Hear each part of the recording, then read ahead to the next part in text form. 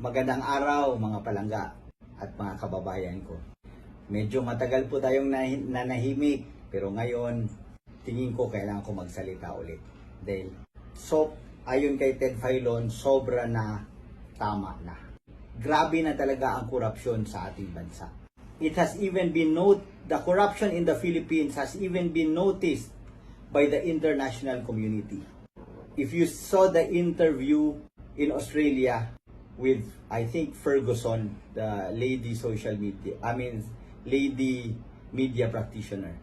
Nung in-interview niya si Bongbong Marcos tungkol sa ill-gotten wealth, natameme si Bongbong Marcos. Nakita niyo doon. So, kung ako lang tatanungin niyo, medyo guilty. Sa aking mga kababayan, sobrang naaawa na ako, lalo na sa ating mga kapatid na mahihirap. Ang mahal na ng bigas, ang mahal na ng mga bilihin, ang mahal pa ng mga produktong petrolyo. Pero kung makita nyo, ang nagpapatakbo na ating bansa, parang kumbaga walang pakialam. Biyahe lang ng biyahe, kumbaga para lang nagbabakasyon. 21 trips in 21 months. Kung ako yun, yung pera pang biyahe, pamigay ko lang sa mahihirap. Gawin kong tulong. Isa pa, ang dami ng drogang umiikot ngayon sa Pilipinas. Ang dami ng krimen. Isa pa, napansin ko, bakit pag ibang tao pinagbintangan, guilty na kaagad? Si Bantag pinagbintangan, hindi pa nalilitis, guilty na.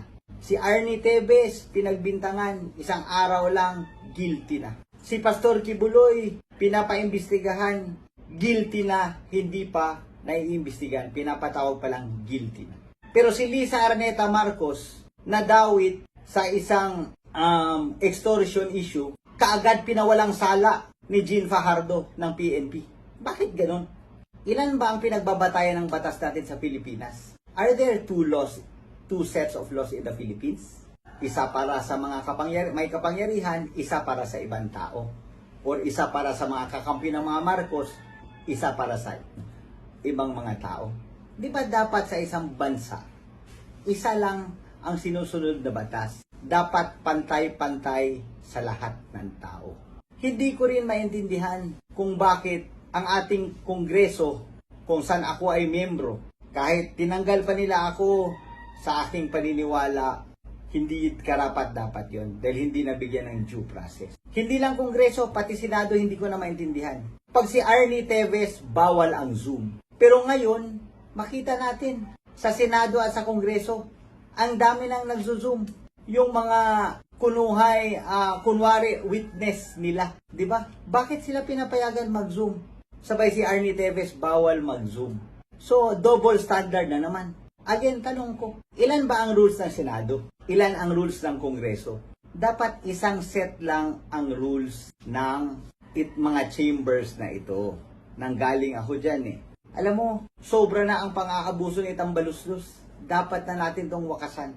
Lahat pinagdidiktahan na nila, lahat pinapakialaman na nila.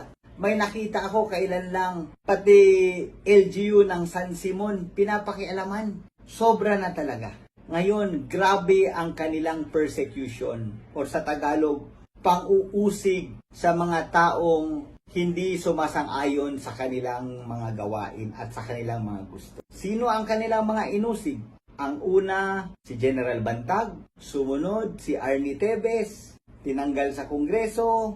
Binigyan pa ng sobrang daming kaso na kung ano-ano. Wala na ngang witness, may kaso pa rin. Pati si Madam GMA, tinanggal nila bilang Deputy Speaker. Senior Deputy Speaker. Pagkatapos nun, tinanggal pa bilang Deputy Speaker. Ngayon, pagkatapos si GMA, si Boss Pulong naman, si Congressman Pulong Duterte.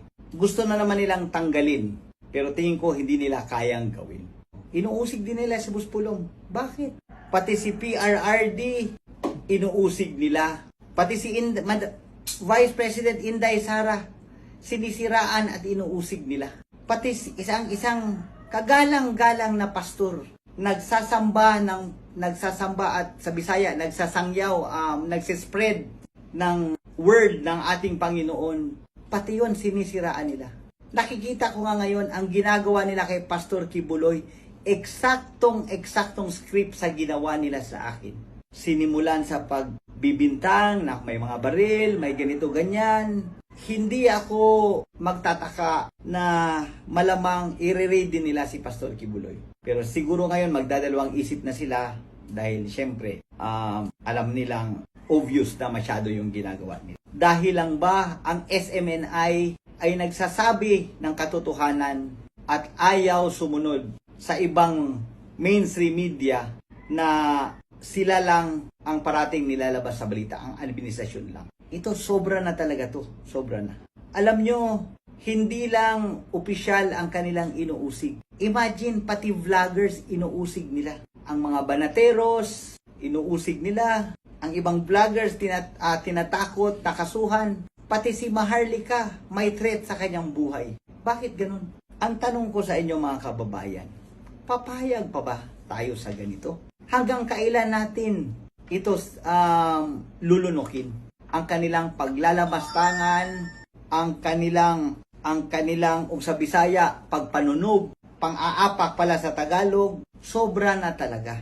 Alam nyo, tama si PRRD na yung ginawa ng ama na si Marcos Sr. at ang gustong gawin ni Marcos Jr. pareho. Ako sumasang-ayon ako doon. Gusto nilang galawin ang konstitusyon para mapahaba ang kanilang mga termino. Mali at dapat huwag tayong pumayag.